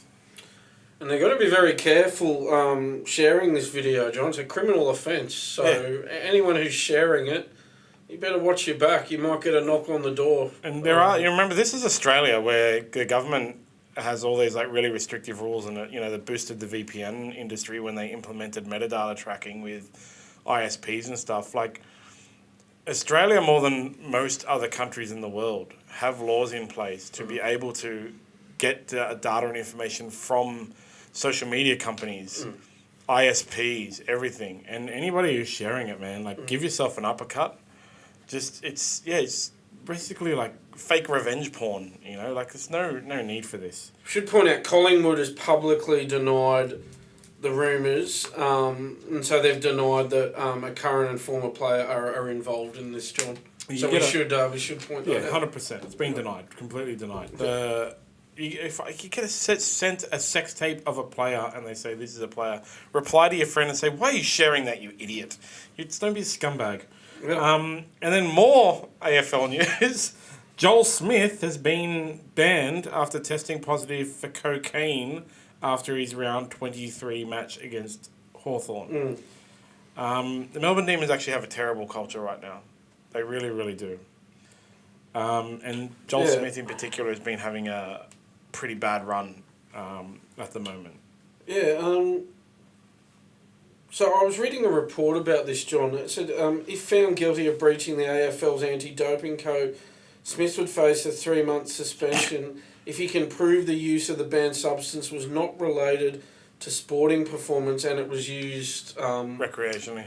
Yeah, but, away from the competition. Nobody takes coke to get better at sport. That's the thing, John, all right? So, again, we preface this, don't take drugs, anybody. Don't take cocaine, right? Definitely. But...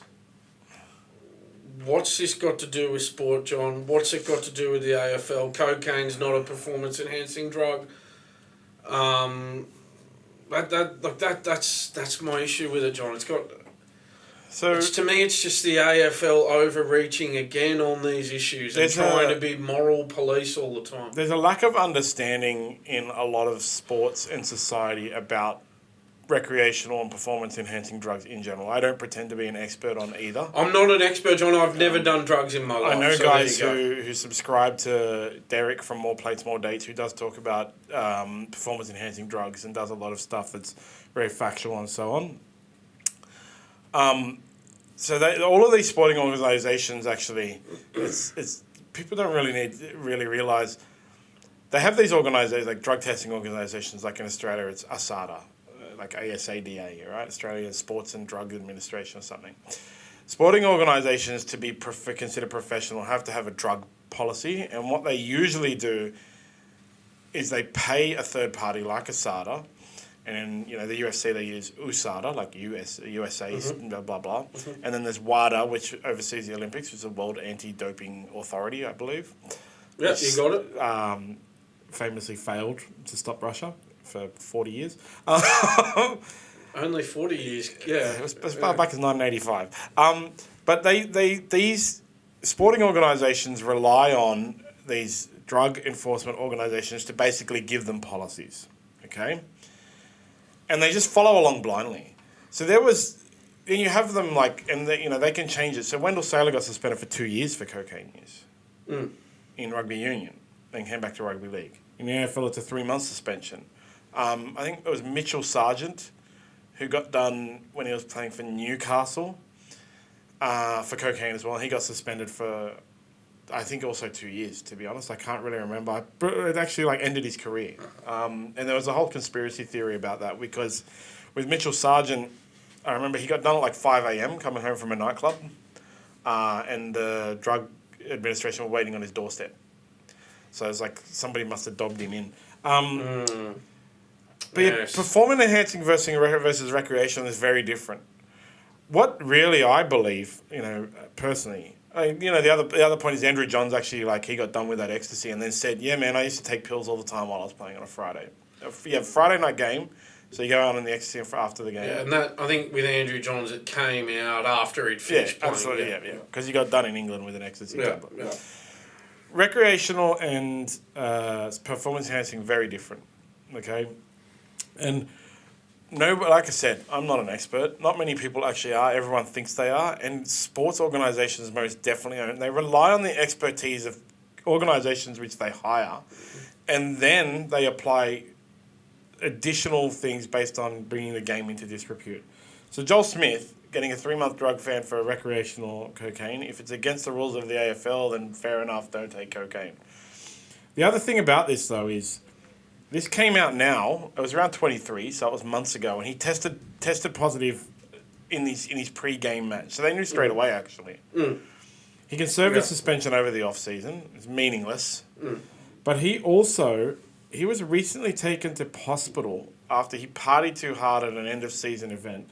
There's video of him, again, this is actual legit video, of him kicking a hole in a wall at a house party, then having a seizure later on in the night, being taken to hospital. And this is apparently big, indicator of the Melbourne Demons off-field culture right now.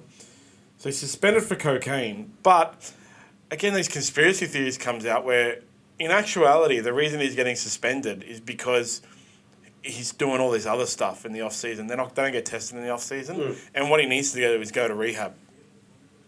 And that's actually what the thing is. They're suspending him. They've gone to AFL, worked with the AFL. It's, again, conspiracy theory. I got no inside information, but this is just what I read on the internet. They worked it out with the AFL where Joel Smith for the next 3 months will be in rehab because he has some kind of drug problem, which is a good thing because they're taking care of him. But drug culture and drug testing and stuff like that it's actually quite farcical because there's no standard. Depends on the thing. UFC just cancelled their arrangement with USADA because they were trying to get Conor McGregor. We talked about it a while ago, actually. Conor McGregor in, but USADA said he had to enter the pool, have 2 negative tests minimum over a 6-month period, but they let players who weren't in the pool fight on a few days' notice. And so it was kind of like USADA was trying to prove they're the boss and Conor McGregor isn't. Conor McGregor, of course, thinks he's the boss. But the UFC hires USADA, so they got to do what they said. It's the same with the AFL and whoever does their drug testing. They hire them. They rely on the drug organisation to give them policies and they can put in their own one. It's terrible that he would take cocaine, but nobody should take cocaine, actually. No, they shouldn't, but yeah, like we say, John, it's not performance enhancing, so... once again, John, the AFL playing moral police on everything. It's no surprise. It's just par for the course for them. It's like when people used to get suspended for smoking pot. No one can ever tell you that marijuana is a performance-enhancing drug. Yeah.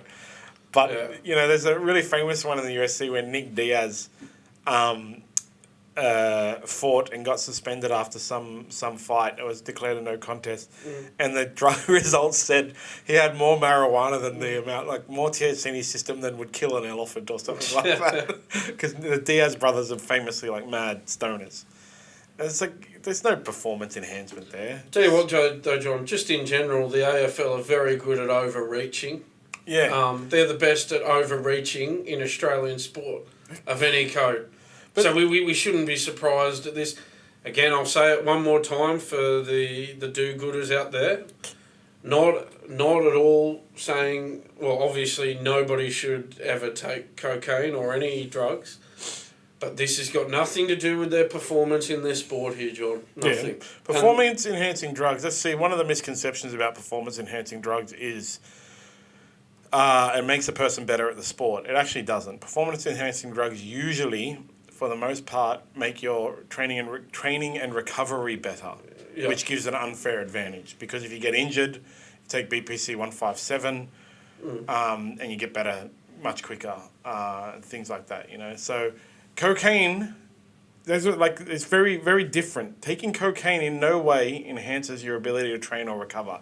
In fact, which is the whole thing about, like, if I was a club, I would be upset if my players took cocaine, because the majority of drugs, recreational drugs, have a come down, which makes your training and recovery worse. And it's like suspending him for a recreational drug for 3 months, unless it's that conspiracy theory where he's got to go to the rehab. Yeah. But again, drugs are bad, everybody. Yeah. Don't do drugs. Mr. Garrison tells me, not Mr. Garrison, Mr. Head. No, I can't remember the guy's name. He's South Park. You know, drugs are bad, okay? Mr. Mackey. Mr. Mackey, that's right. Yeah. One other thing to add on this one, John, on the Melbourne Demons. So their defender, Stephen May, claimed at their awards night that the Demons were a better team than Collingwood and should have smoked them. Sorry, it doesn't work like that. You can't, excuse me, bad timing to be taking a sip of that one. Yes, you're all good.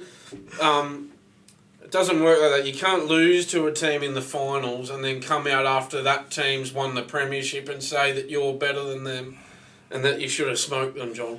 I've said before, this is a really common thing in combat sports that people do that. They'll be like, they get smashed and then go, yeah, but now I know how to beat him. Like everyone always says it straight after John Jones, after they fight John Jones, I'm going to be the guy who beats John Jones. Yeah, nobody beats John Jones. And so, is it? When it was the semi-finals, Semi-final, yeah. 73-71. It was a close match. Sorry, it might have been week one of the finals, Melbourne and Collingwood. Carlton, yeah. Yeah, 7-point win. Close match, didn't matter because then Collingwood went on to win the grand final. Yeah. Melbourne went out in straight sets, John. Yeah. They're better than Collingwood and they can win Collingwood. They had a top 4 finish and lost 2 matches in a row. You know, there is actually a way to tell. There is actually a way to tell who is the better team. There is a measurement of this, John. There's actually not so much a numerical value, but length of time playing. Melbourne finished in 2 weeks. Carlton finished in 4. Yeah. Absolute nonsense. Yes. That'll be AFL. Let's see if they can bring us more news next week. UFC 294 was yesterday. I've got heaps of notes on this because this was the single weirdest card I have ever experienced in the UFC. I've been watching UFC for a long time. It starts with the air horn wasn't working properly. Okay, so at the end of every round, a guy actually manually blows the burp air horn. I also do the clacker for the 10 seconds ago. Wasn't working properly, so it was like it was suffering from erectile dysfunction. Instead of going bam, it was like boop. And the guy kept accidentally pressing it multiple times. It was bizarre. Okay, so that was the whole day, the whole thing. Then. I didn't wake up and watch the prelim card, and I watched the main card on delay because I was hungover. But I went back and watched the prelim card. So the first they opened with this guy, Shara Magomedov. And he's a controversial character. He has one eye. He has one dead eye. He can't see out of his eye, and he also looks like he's come from the depths of hell to kill everyone on Earth. Right. Like he's a scary, scary dude. He was 11-0 walking into his first UFC fight, and he's really controversial because before he came to the thing, There's video of this on the internet as well, and like he was convicted or charged or whatever. Some rando guy kissed his partner, Magomedov's partner. So Shara, the guy, when he hit around a corner, and as the dude was walking past, Shara Magomedov sucker punched him to the ground, and then head stomped him. And the UFC still signed this guy. But also, I don't think he has one eye. And he was allowed in. So this was the second thing that was like, okay, Magomedov's on there. Sweet. Then we had 2 fighters missed weight. Okay. Mike Breeden and the girl's name, Victoria Dudakova, missed weight. So Mike Breeden was fighting Anshul Jubilee, who is the first ever and only Indian fighter in the UFC. Yeah, right, there you go. So now there's a whole UFC commentary team, UFC media go to UFC events. It's awesome. It became super weird. So Jubilee was winning first 2 rounds, and then Mike Breeden came out and started barking like a dog and screaming USA, USA in Jubilee's face while they were fighting. And the look on Jubilee's face, like this is the reason he lost, is because he didn't know what the hell was going on. And then Mike Breeden was able to like get through his guard because Jubilee was just the guy's barking at him like a dog in the cage. I was like, okay, this is getting super weird, man. Then there was a prelim match, which is a really good match. It was going really well. It was a bantamweight bout between Javid Basharat and Victor Henry. So Javid Basharat is new. Victor Henry is a old school guy. Been around for 30 fights or something like that. And I believe Victor Henry was winning the first 2 rounds. And in the 3rd round, Javid Basharat kicked him like right in the nuts. Solid. Worst nut shot I've ever seen in my life. Victor Henry immediately screamed, fell to the ground. Now, when you get kicked in the nuts in the UFC, you have a 5-minute recovery period. The way it works is the ref goes, you're all right. And if you have 5 minutes to say yes. Okay? If you don't say yes after 5 minutes, the match is off. But you get to decide. With an eye poke or something, the doctor decides. You have 5 minutes, but the doctor decides. So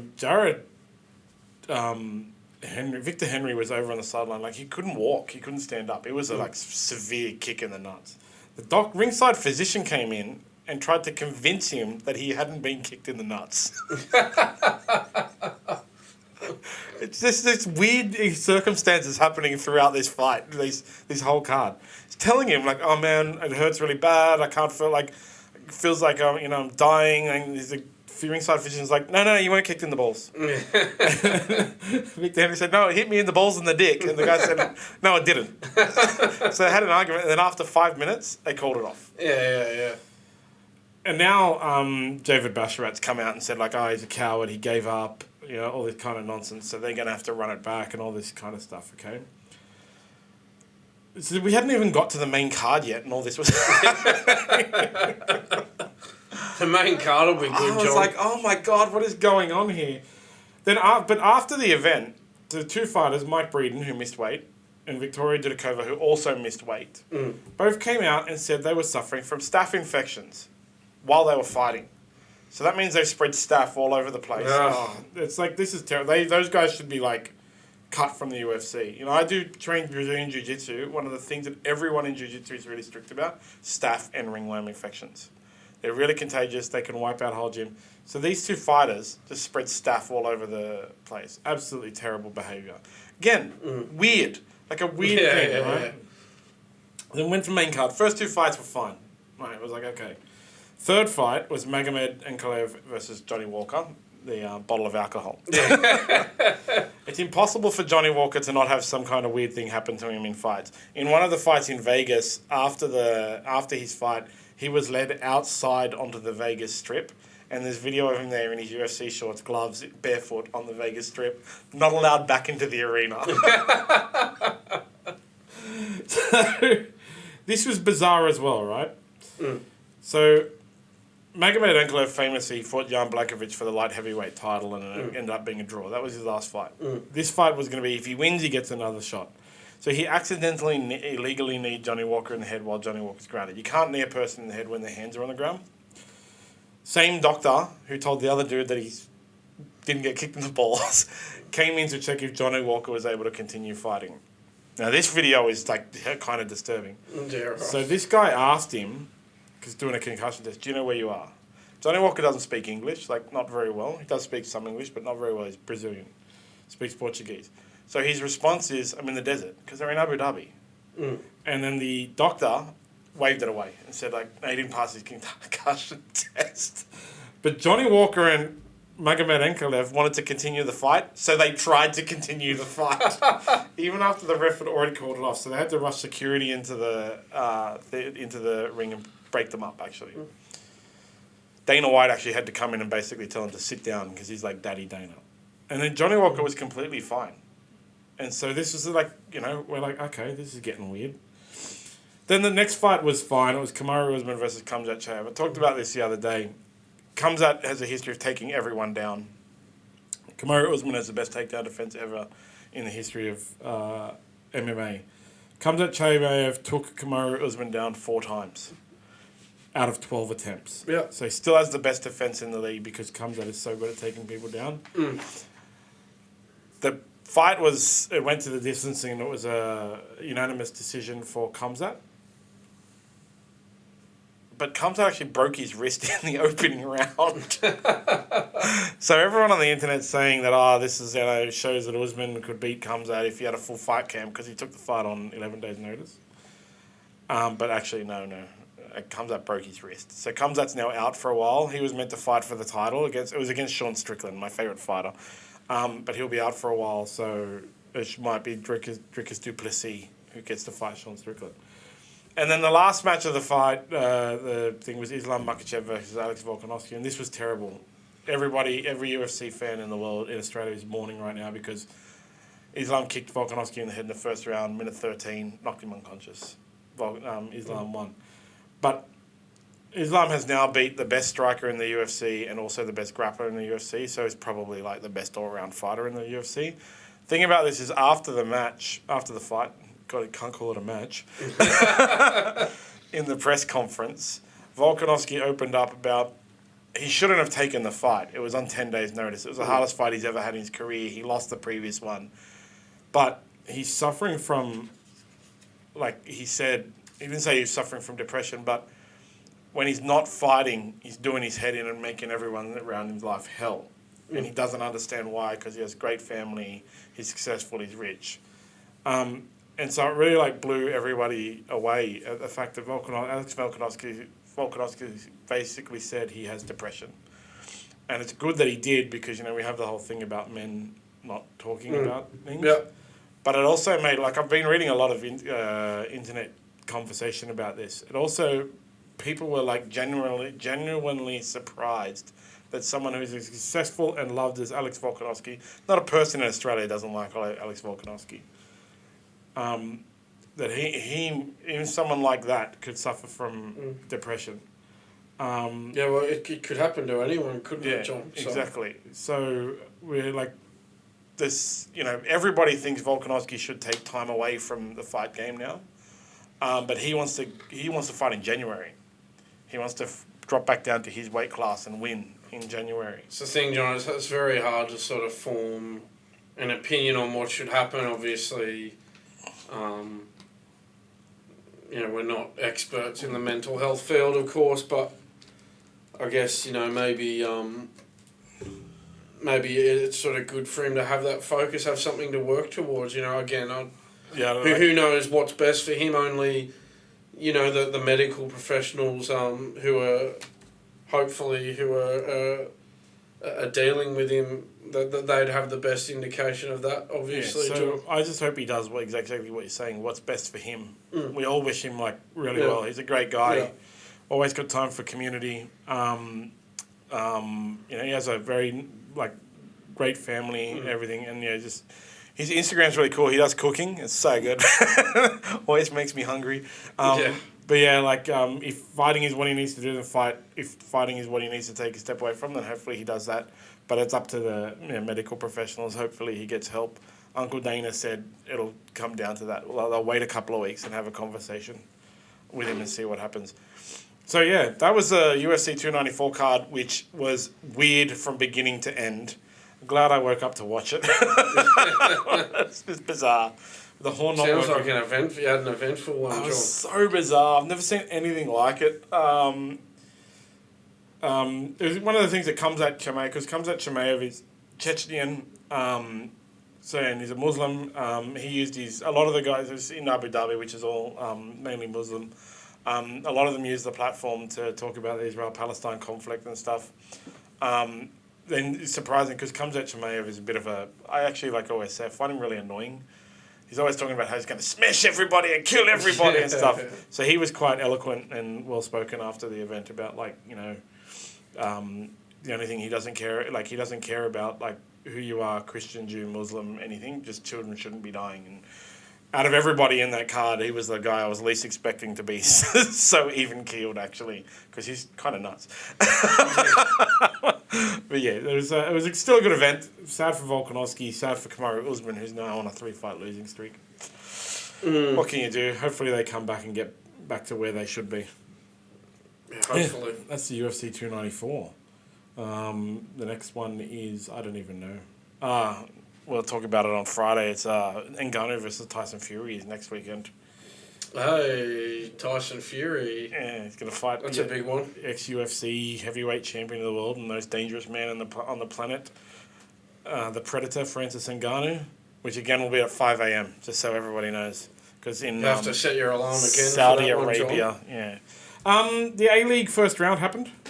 I got some results. Yep. I forgot to check the Sydney Wanderers and Newcastle results. Oops. That was one thing I was meant to do today. So, the main highlight from this for me was Sydney FC got smashed by Melbourne Victory.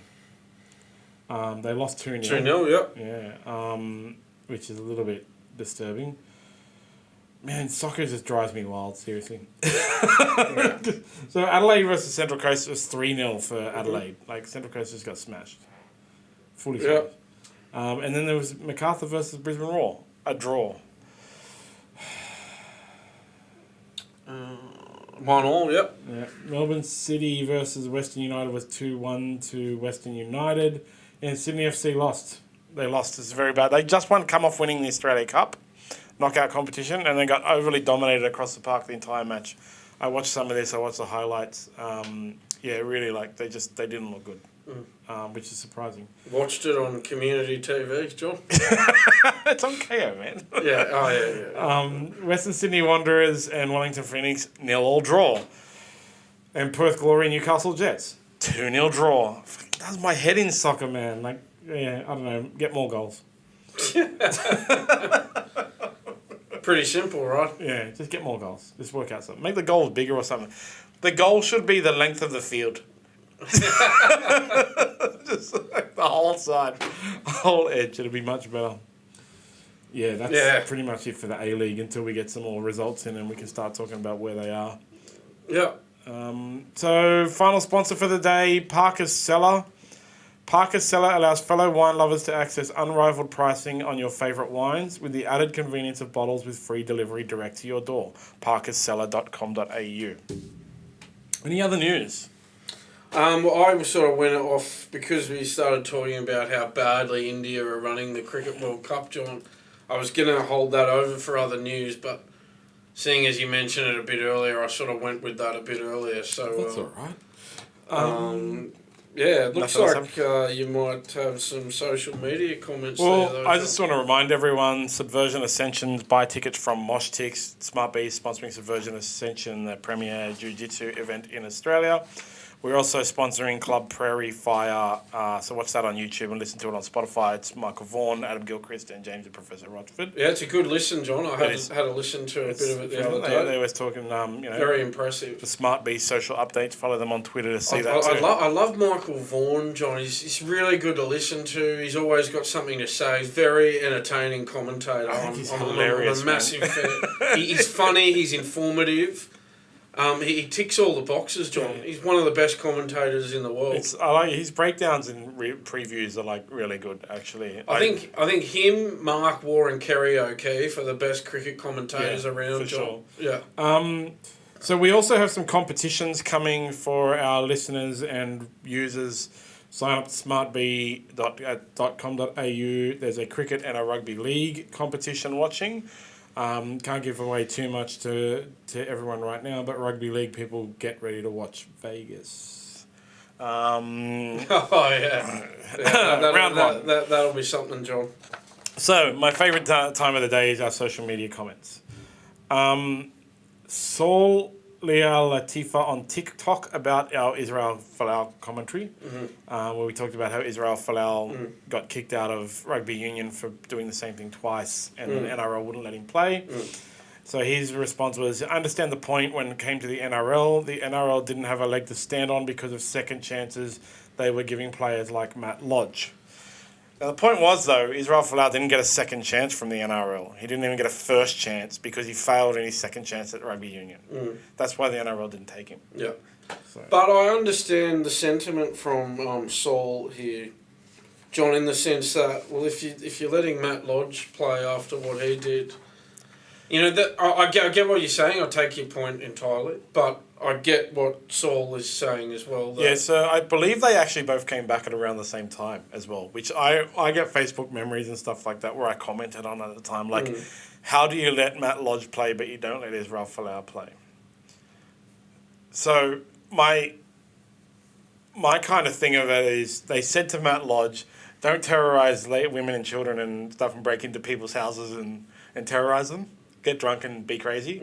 If you promise not to do that anymore, then you can play. And they said to Israel Folau, don't post homosexual rhetoric on social media. If you promise not to do that, then you can play. And Matt Lodge said, I promise not to terrorise children and families by breaking into their house and getting tased by police. And Israel Folau said, no, I want to post my anti-homosexual rhetoric. So that's the difference in those two cases, right? What Matt Lodge did is way worse in a lot of regards. Okay, I know there's like social media violence when people say negative things and stuff, but Matt Lodge committed actual violence. Yeah, and that's true, John. Was contrite about it. So what he did was worse, but he was contrite about it, and promised not to do it again. And since then, he hasn't done it again. And I was really vocal about him not being allowed to come back to play. By the way, I really hated the fact they let him, and I still disagree with it. Talked about it before, I don't like people booing Adam Goods, but I liked that people booed Matt Lodge every time he got the ball, and I still don't think he should ever be allowed to play for New South Wales or Australia. There has to be some limits for punishment. Israel Folau, on the other hand, just said, no, I'm not going to follow your rules. So what are you going to do there? Well, one point that I would make about Israel Folau, though, John, in relation to his situation with Rugby Australia, around that time, I think this was about 5 years ago when all that was happening. Yeah. I actually wrote a column about it, funnily enough, online. So the ARU actually had an inclusion policy at the time, and in their inclusion policy, they sort of contradicted themselves in a way, John. They obviously said, we can't have any hostility towards people over their homosexuality, which is, of course, fair enough, John. We agree with that 100%. Yep. They also said we can't exclude people based on their religious beliefs, and that's where you get into contradiction territory with that inclusion policy, John. But anyway, that's food for thought. I always actually wanted to start a website called The Hypocrisy of Man and use Israel Folau as my main poster boy because I found him to be completely hypocritical by wanting to play for Rugby Union that supports homosexuality and taking a paycheck. They were very vocal about their support for what was it called, a plebiscite? Yes. The weird thing we had to do where we voted for no reason, and statistics guy took up 45 minutes to say the answer was yes. But he was still willing to take a paycheck from them. He was still willing to take money from them and stuff like that. So, the Rugby ARU was really hypocritical in their inclusion policy. Israel Folau was also really hypocritical in his behaviour. And, I have the same thing, even with the Pride jersey from Manly. Have the same conversation with everyone, man. Your religious beliefs are your religious beliefs. You should be allowed to believe them. It's fine. I don't begrudge anyone whatever belief they want, even if I think they're wrong. Believe what you want to believe, even if you're wrong. I don't care. So when Sonny Bill came back with the Pride jersey thing, when Sonny Bill came back to the NRL, his religious beliefs didn't allow him to promote alcohol. And he approached the NRL and told them that, and he was allowed to wear jerseys without the alcohol sponsorship. And so with the pride jersey thing at Manly, I always thought it could have been handled in a way where they approached the NRL and Manly Seagulls and said, this is a religious belief, and they should have like come to a happy medium. But they just wouldn't. Nobody would, because, man, like all these people who want to do the inclusion, they have the inclusion beliefs, are so not inclusive of people's religious beliefs. And that's the thing with the rugby union. Like, they had two types of inclusion, and they went leaning the left liberal. Well, that's why they were so... I think that's why they were so indecisive at the time, John, because they were trying to make a determination based on an inclusion policy that contradicted itself. Yeah, well, it came down to he can believe what he wants to believe, but he can't post about it on social media. This is the thing, John. I think the thing about Israel Folau is he would have been warned a number of times, and he still did it. So, and I mean, what do you expect, right? Yeah, well, that's when you play for a sporting organisation, you have to adhere what the sporting organisation says in a lot of regards. And well, they're an employer, right? Yeah. They have a I never like it when people get fired and stuff because of crap that pops up on social media. But believe what you want to believe, even if though you're wrong. And yeah, you have to follow what your employer says. So yeah, like I said, the main point though when we're talking about Israel Folau is he was told before he went to the NRL, this is what you have to follow, and he didn't agree to it, as opposed to someone like Matt Locke. Probably not the smartest idea to be doing that, John. Yeah. Wouldn't have thought. And so the other comment was actually on LinkedIn. William Austin on LinkedIn commented on one of Ollie's updates. Now, this was 2 weeks ago, but I'm only just learning how to use LinkedIn, so I didn't notice it. Yeah. He said it was inspiring, and yes, Ollie is inspiring. You can subscribe on YouTube. We actually have a playlist of all of Ollie's updates, so you can get some tips from him. He's hitting around 50% with his tips, though. Just thinking, John, I hope this person wasn't being sarcastic. No. I think it was actually like a person who knows. Good. So it was a compliment for Ollie. Yeah. That's good. Yeah. I do like Ollie's. I watch Ollie's updates and positive I follow his feedback. tips. That's good. So that's all we have for this Monday morning, the 23rd of October. Throw the date in there for no reason. Make sure you follow us on all social media channels at smartbapp.com.au. Sign up to smartb.com.au now for all your sporting and news update. Like and subscribe on YouTube, and we'll see you on Thursday. Thanks, John. See you Thursday.